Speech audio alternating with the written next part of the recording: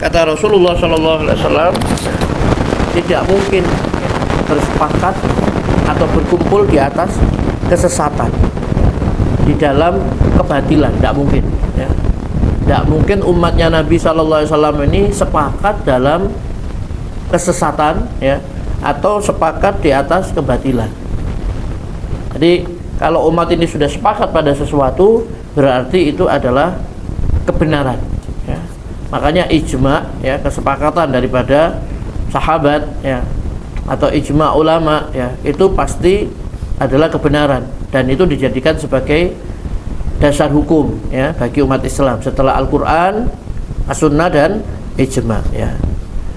Dalam hadis yang diriwayatkan oleh Imam At-Tirmidzi ya, dari Ibnu Umar radhiyallahu anhuma ya, Rasulullah SAW bersabda, sesungguhnya Allah tidak akan mengumpulkan umatku ya, umatnya Nabi Muhammad SAW ini atas kesesatan. Jadi Allah Allah Subhanahu wa taala tidak akan mengumpulkan umatku di atas kesesatan. Jadi tidak mungkin umat Islam ini sepakat dalam kesesatan ya, seperti itu. Atau dalam hadis yang diriwayatkan oleh Ibnu Majah ya, inna ummati la tajtami'u ala dhalalah ya. Sesungguhnya umatku ini tidak akan sepakat di atas kesesatan. Nah, itu keistimewaan umatnya Nabi Muhammad SAW. Tidak mungkin sepakat di atas kesesatan, tidak mungkin ya. Karena Allah tidak akan mengumpulkan umatku ini di atas kesesatan ya, seperti itu. Yang keempat, Bapak Ibu yang dirahmati Allah Subhanahu wa taala, Allah memaafkan umatnya Nabi Muhammad SAW ini di saat mereka itu lupa ya. Lupa ataupun tersalah, tidak sengaja, ataupun terpaksa ya. Itu dimaafkan oleh Allah Subhanahu wa taala umat ini. Lupa, tersalah, atau terpaksa ya. Sebagaimana sabda Nabi SAW, sesungguhnya Allah memaafkan dari umatku apa yang terbesit di dalam hati selama belum diucapkan maupun dilakukan. Dalam hadis yang lain Rasulullah bersabda, dimaafkan untuk umatku akibat tersalah. Tersalah itu tidak sengaja ya, terlupa dan terpaksa ya. Itu dimaafkan. Tersalah, terlupa, dan terpaksa ya. Tersalah itu misalkan seseorang tidak sengaja dia ini ya, naik motor sudah pelan lewat pinggir, kemudian tiba-tiba ada seseorang nyabrang, tak mau melihat-lihat, tak noleh-noleh ke kanan kiri, langsung nyabrang, kemudian ketubruk, meninggal ya, menghilangkan nyawa ini. Tapi tidak sengaja dia itu ya, tidak sengaja, maka dia tidak dihukum oleh Allah Subhanahu wa taala, dimaafkan kesalahannya karena tidak sengaja ya. Cuma memang ada ketentuannya, karena dia menghilangkan nyawa ya. Kalau yang istilahnya itu, yang meninggal itu ternyata dia ini seorang muslim, ya, orang beriman, maka dia harus puasa selama 2 bulan berturut-turut, 60 hari ya. Nah, seperti itu. Kemudian juga dia membayar dia dendanya, menghilangkan nyawa tanpa sengaja itu ya, seperti itu. Tapi dia dimaafkan oleh Allah karena tidak sengaja ya, tidak sengaja. Kalau terlupa ya, lupa ya, itu dimaafkan oleh Allah Subhanahu wa taala.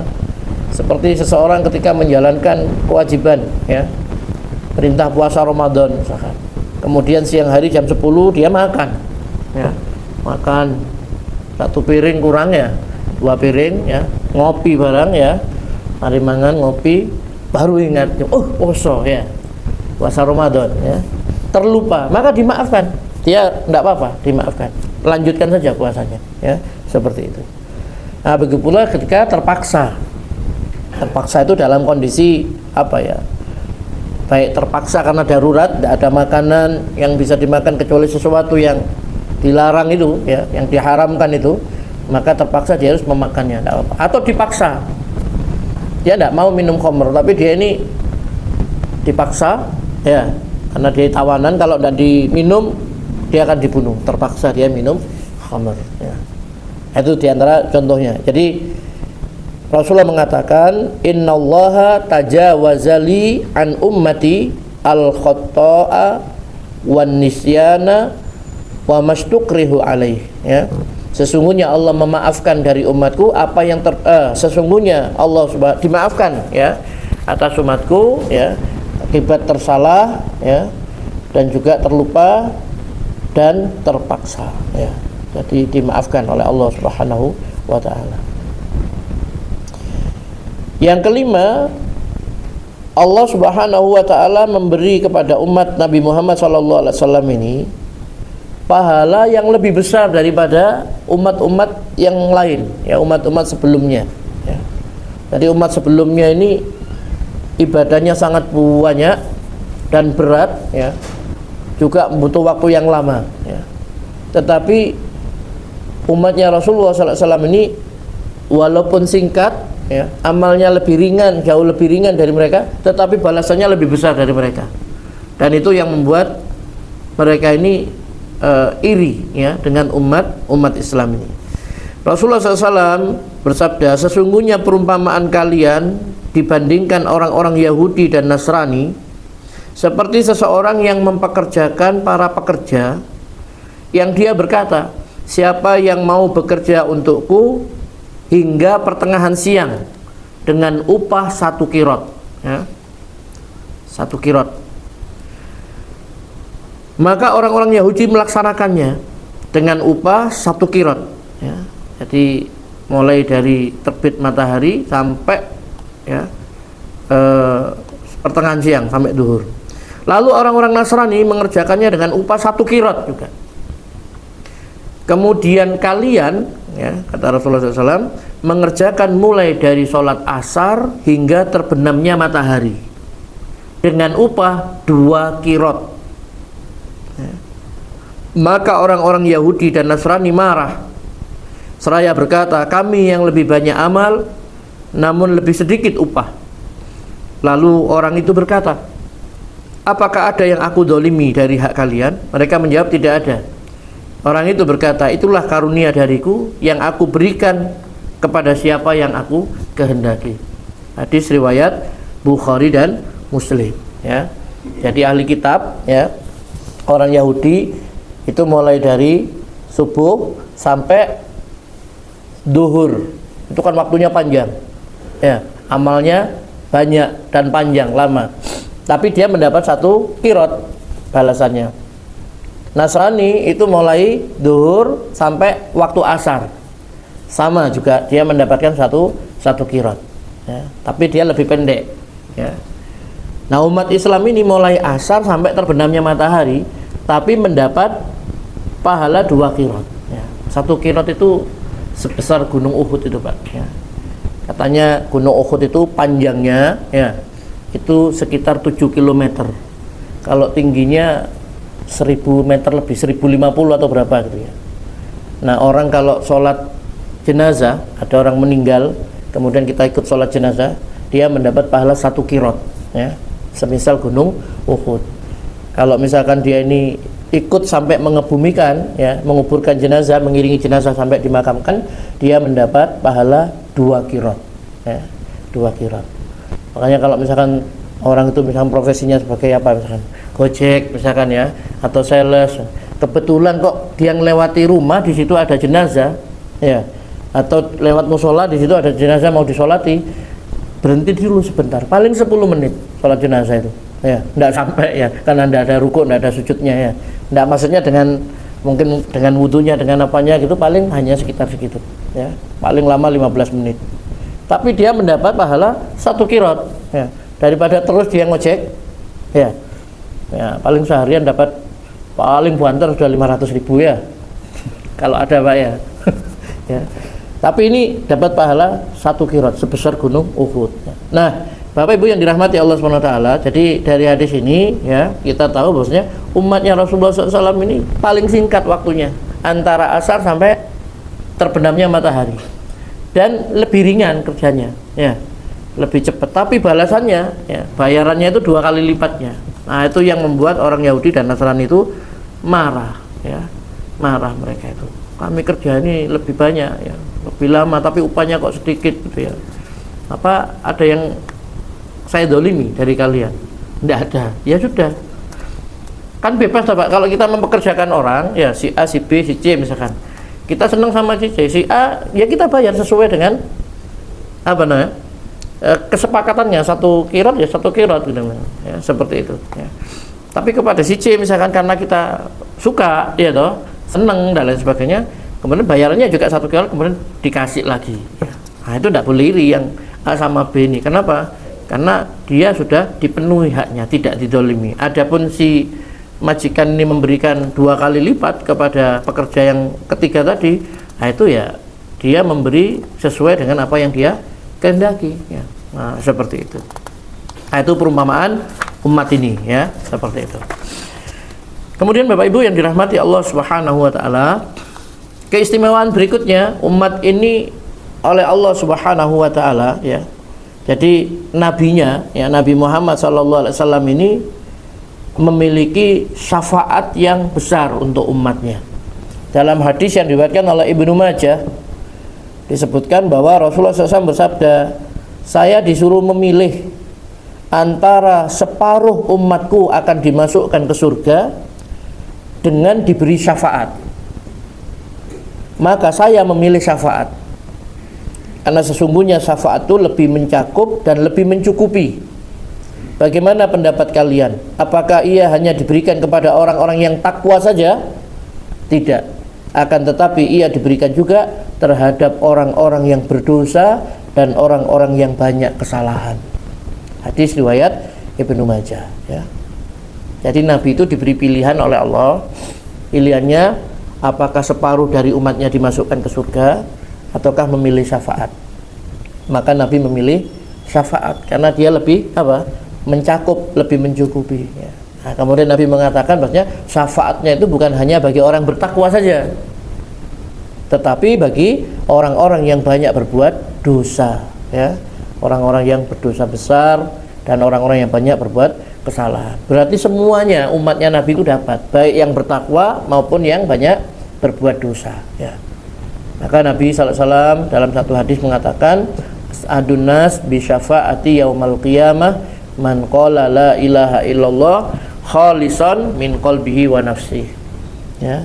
Manusia yang paling bahagia akan mendapatkan syafaatku kelak, ya, di hari kiamat adalah orang yang mengucapkan la ilaha illallah benar-benar ikhlas dari dalam hati dan jiwanya, ya.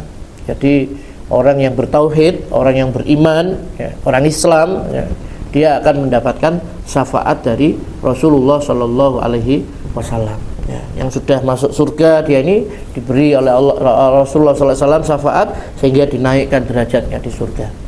Yang tadinya dia ini dimasukkan ke dalam neraka, ya, Rasulullah SAW memberikan syafaat, maka dia dikeluarkan dari neraka, ya. Tapi syafaat itu miliknya Allah semuanya, ya. Wallahi syafa'atu jami'an, milik Allah lah syafaat itu semuanya. Nah, Rasul itu diberikan oleh Allah Subhanahu wa taala hak untuk memberikan syafaat, tapi juga dengan izin Allah, ya. Man dzalladzi yashfa'u indahu illa bi'idzni, siapa yang bisa memberikan syafaat di sisi Allah tanpa izinnya, ya, tanpa izin Allah. Jadi yang mau memberi syafaat diizinkan oleh Allah, yang mau diberi syafaat itu juga atas izin Allah Subhanahu wa taala. Jadi semuanya orang yang diridhoi, diizinkan oleh Allah Subhanahu wa taala, baik yang memberi maupun yang diberi syafaat, ya, seperti itu. Bapak Ibu yang dirahmati Allah Subhanahu wa taala, ya. Kemudian, ya, syafaat ini pertolongan maksudnya, ya, atau pembelaan, ya. Makanya kan ada Nabi sallallahu alaihi wasallam itu menyuruh kita baca Quran, ya. Iqra'ul Quran, bacalah Al-Quran. Fa innahu ya'ti yaumal qiyamah syafi'an li ashabi. Karena sesungguhnya Al-Quran itu nanti akan datang pada hari kiamat untuk memberikan syafaat bagi pembacanya, ya. Jadi bacalah Al-Quran karena Al-Quran itu akan datang pada hari kiamat untuk memberikan syafaat kepada orang yang membacanya, begitu. Kemudian keutamaan yang berikutnya adalah umatnya Nabi Muhammad SAW ini dapat memberi syafaat kepada orang lain, ya. Jadi anak bisa memberikan syafaat pada orang tuanya, ya. istri bisa memberikan syafaat kepada suaminya atau sebaliknya, atau kepada saudara-saudara, atau bahkan kepada teman-temannya, ya. Bisa, ya. Dengan izin Allah, ya, dengan izin Allah Subhanahu wa taala. Sebagaimana dalam hadis yang diriwayatkan oleh Imam Muslim disebutkan, Rasulullah SAW bersabda, wahai Rob kami, ini Rasulullah SAW ini menyampaikan peristiwa nanti di akhirat, ya. Setelah orang mukmin itu selamat, ya, dia dari neraka, dia pasti akan masuk surga. Tapi dia melihat kok teman-temannya yang dulu bareng sholat jamaah, bareng puasa kok tidak ada, ya. Lalu mereka ini bilang kepada Allah, wahai Rabb kami, mereka selalu berpuasa bersama kami, sholat bersama kami, dan berhaji bersama kami. Maka dikatakan kepada mereka, keluarkanlah orang-orang yang kalian kenal. Maka bentuk-bentuk mereka hitam, kelam, karena terpanggang api neraka. Kemudian mereka mengeluarkan begitu banyak orang yang telah dimakan neraka, sampai pada pertengahan betisnya dan sampai kedua lututnya. Kemudian mereka berkata, wahai Rabb kami, tidak tersisa lagi seorang pun yang telah engkau perintahkan kepada kami untuk dikeluarkan, maksudnya. Hadis ini diriwayatkan oleh Muslim, ya. Makanya kita disuruh mencari teman, ya, orang beriman sebanyak-banyaknya, karena orang mukmin itu memiliki syafaat kelak pada hari kiamat, ya. Nah, seperti itu, ya. Jadi nanti mereka akan saling menolong, ya, mencari, ya, teman-temannya yang dulu sama-sama sholat bareng, puasa bareng, ya, haji bareng dan lain sebagainya, kok tidak ada, ini dia di neraka. Lalu dia minta kepada Allah Subhanahu wa taala supaya mereka dikeluarkan. Lalu sama Allah disuruh, masuk kalian, keluarkan siapa saja orang yang kalian kenal, dikeluarkan. Banyak sekali yang dikeluarkan, ya, seperti itu. Kemudian yang berikutnya, umat Nabi Muhammad SAW ini akan dimasukkan ke dalam surga dengan wajah yang bercahaya, ya. Maksudnya wajahnya itu berseri-seri, bercahaya, ya. Rasulullah bersabda, inna ummati yud'auna yaumal qiyamah ghurran muhajjalin min atharil wudu, ya. Sesungguhnya umatku akan dihadirkan pada hari kiamat dengan wajah yang berseri-seri karena bekas air wudu, ya. Hadis riwayat Bukhari, ya. Dan lanjutannya dalam riwayat yang lain itu, maka siapa di antara kalian yang dapat memperpanjang kilauan cahayanya, maka hendaklah ia mengerjakannya. Jadi bekas wudhu kita itu nanti akan bercahaya, ya, menjadikan wajahnya, tangannya, ya, itu bercahaya, ya. Maka siapa di antara kalian yang bisa memperpanjang kilauan cahayanya, hendaklah dia mengerjakannya, ya. Maksudnya di sini menyempurnakan wudhunya itu, apa istilahnya itu, isbagul wudu, ya, menyempurnakan wudu, ya, alal makarih, walaupun dalam keadaan yang sangat berat, dalam keadaan yang tidak disukai, ya. Jadi berwudu ini di samping menggugurkan dosa, saat kita membasuh kedua telapak tangan, dosanya gugur dari tangannya tadi itu sampai di bawah kuku-kukunya. Saat kita membasuh wajah misalkan, dosa-dosanya berguguran sampai di bawah kelopak matanya bersama tetesan air yang terakhir, terus, ya, menggugurkan dosa-dosanya. Kemudian kalau sudah wudu dia berdoa, asyhadu alla ilaha illallah wahdahu la syarikalah wa asyhadu anna muhammadan abduhu wa rasuluh, dibuka 8 pintu surga dia, ya, dibuka 8 pintu surga. Dan ini amalan yang apa? Kata Rasulullah SAW, menghapus dosa dan mengangkat derajat, ya, menyempurnakan wudu, ya. Menyempurnakan wudu itu diantaranya, kalau wudu itu membasuh tangan itu sampai ke siku, ya, maka yang dimaksud isbagul wudu itu diantaranya menurut para ulama melebihkan, ya, sedikit dari yang wajib dibasuh tadi itu. Jadi dari siku dilebihkan sedikit, ya. Siapa di antara kalian yang bisa memperpanjang kilauan cahayanya, hendaklah dia lakukan, ya. Nah, seperti itu. Kalau membasuh telapak kaki sampai 2 mata kaki yang wajib, dilebihkan sedikit, ya. Tapi jangan berlebihan sampai ke dengkul, Pak, ya. Pokoknya dilebihkan sedikit gitu saja. Itu menggugurkan dosa, ya. Tapi kan Allah mengatakan, maukah kalian aku tunjukkan sesuatu yang dengannya Allah menghapus dosa-dosa dan mengangkat derajat kalian? Para sahabat mengatakan, mau ya Rasulullah. Sempurnakan wudu, walaupun dalam keadaan tidak kamu sukai, dalam keadaan berat, dingin, sempurnakan wudu.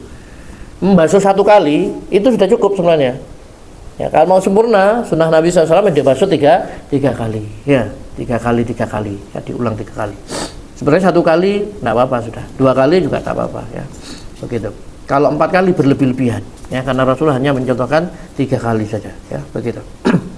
Perbanyak melangkahkan kaki ke masjid, dan menunggu sholat setelah sholat, ya, begitu. Kemudian terakhir Bapak Ibu yang dirahmati Allah Subhanahu wa taala, umat Nabi Muhammad SAW ini tidak akan mendapatkan siksa pada hari kiamat, ya. Dari Abu Musa al-Asy'ari radhiyallahu an, Rasulullah SAW bersabda, umatku ini adalah umat yang dirahmati, yang disayangi. Ia tidak akan disiksa pada hari kiamat. Siksaannya ada di dunia berupa fitnah, ujian, ya, cobaan, bala dan lain sebagainya, gempa dan pembunuhan. Hadis riwayat Abu Dawud, ya. Jadi maksudnya umat ini dikhususkan dengan rahmat, ya, dengan kasih sayang yang lebih banyak, ya, dan nikmat yang lebih sempurna, ya.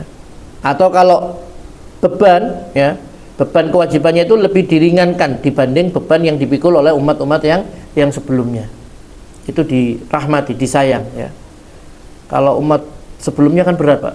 Kalau mereka berbuat dosa, kalau mau bertobat, itu harus membunuh diri mereka sendiri, ya. Bunuhlah dirimu, ya. Nanti sama Allah nanti akan dihidupkan lagi, ya. Kemudian umat terdahulu kewajiban misalkan membayar zakat itu 1/4 dari hartanya.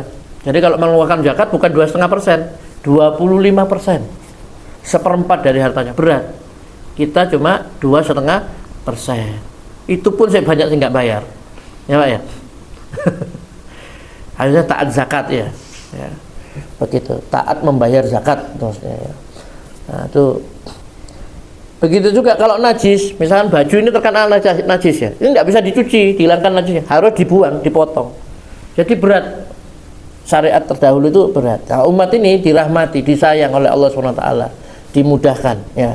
Kalau tobat nggak harus membunuh dirinya, dia apa? Bertobat, menyesali perbuatannya, berhenti dan bertekad tidak mengulangi lagi, begitu. Begitu pula ketika membayar zakat hanya 2,5%. Kalau bajunya, sarungnya terkena najis, cukup diucuri air, ya, dicuci, begitu, ya, seperti itu. Nah, maksud tidak diazab, tidak ada azab bagi mereka di akhirat, maksudnya adalah siapa dari umat ini yang diazab di akhirat, maka mereka tidak diazab seperti azabnya orang kafir, ya. Seandainya ada umatnya Nabi Muhammad SAW ini yang harus diazab di akhirat nanti karena memang dosa-dosanya sangat banyak dan Allah menghendaki dia, azabnya itu tidak sebagaimana azab yang menimpa, yang diberikan kepada orang kafir, kekal di neraka selama-lamanya, ya, seperti itu. Kemudian azabnya juga berat, ya. Kalau orang beriman nanti dia bisa dikeluarkan, dimaafkan, diberikan syafaat oleh malaikat, oleh para nabi, oleh orang-orang mukmin, itu bisa, ya, seperti itu. Kalau orang kafir syafaatnya malaikat pun tidak berguna, tidak berlaku, tidak bisa, ya. Mereka tidak ada penolong seorang pun, orang yang dolim, ya, orang-orang musyrik, orang kafir dan lain sebagainya itu, ya. Begitu. Ada juga yang mengatakan maksudnya pada umumnya mereka umat Nabi Muhammad SAW itu mendapatkan ampunan, ya. Mayoritas umatnya Nabi Muhammad SAW ini mendapatkan ampunan sehingga meninggal itu dalam keadaan dosanya sudah diampuni. Karena ketika di dunia dia ini sudah diberi musibah berupa fitnah, ya, mungkin cobaan berupa sakit, kesulitan, ya, takut, sedih dan lain sebagainya. Termasuk juga apa namanya di sini disebutkan gempa, ya. Gempa bumi kan bikin takut. Takutnya itu membuat dosanya digugurkan oleh Allah SWT. Apalagi kemudian bukan hanya takut, rumahnya juga hancur misalkan. Wah, itu kan sedih juga, sedih, takut, bingung. Itu menggugurkan dosa-dosa, ya, seperti itu. Kebanyakan umat ini, kata beliau, ya, kata Al-Qari, ya, kebanyakan umat ini akibat perbuatan mereka akan, maksudnya ini azab, ya, kebanyakan azab umat ini akibat perbuatan mereka akan dibalas di dunia dengan fitnah-fitnah, ya, berupa penyakit dan berbagai macam ujian, ya. Nah, itu semuanya akan menggugurkan dosa-dosa, ya, begitu. Adapun orang-orang yang tidak beriman, maka mereka ini nanti akan diazab di akhirat dengan azab yang keras dan mereka, ya, kekal di dalam azab itu selama-lamanya. Baik, Bapak Ibu yang dirahmati Allah SWT, ini diantara keutamaan, keistimewaan, ya, umatnya Rasulullah Shallallahu Alaihi Wasallam, ya, disampaikan oleh Nabi SAW dalam hadis-hadis. Kemudian Allah juga menyampaikan di dalam ayat-ayat Al-Quran, ya, diantaranya tadi dikatakan sebagai umat terbaik. Maka kita harus bersyukur kepada Allah Subhanahu Wa Taala karena ditakdirkan menjadi umat Islam ini, ya, udah kecil-kecil badannya, umurnya pendek-pendek, ya, juga ibadahnya tidak terlalu banyak kayak orang dulu ya, tapi disayang oleh Allah Subhanahu wa taala, dirahmati dan juga diberi pahala yang besar di akhirat nanti didahulukan ya. Jadi itu diantara keistimewaannya. Maka kita harus senang menjadi umat Islam ini. Mungkin ini Bapak Ibu yang dirahmati Allah Subhanahu wa taala yang bisa saya sampaikan. Kalau ada yang mau ditanyakan saya silakan sebelum ditutup. Kalau tidak ada kita cukupkan sampai sini dulu. Wonten Ibu yang ditanyakan? Ada nggih? Paham insyaallah nggih. Segala kebenaran mutlak dari Allah. Apabila ada salahnya karena kelemahan diri saya, dan apabila ada pendapat yang lebih benar dari apa yang saya sampaikan tadi, mari kita mengikuti pendapat yang benar tadi. Aqulu qauli hadza wa astaghfirullah li wa lakum. Subhanakallahumma wa bihamdika asyhadu an la ilaha illa anta astaghfiruka wa atubu ilaik. Wassalamualaikum warahmatullahi wabarakatuh.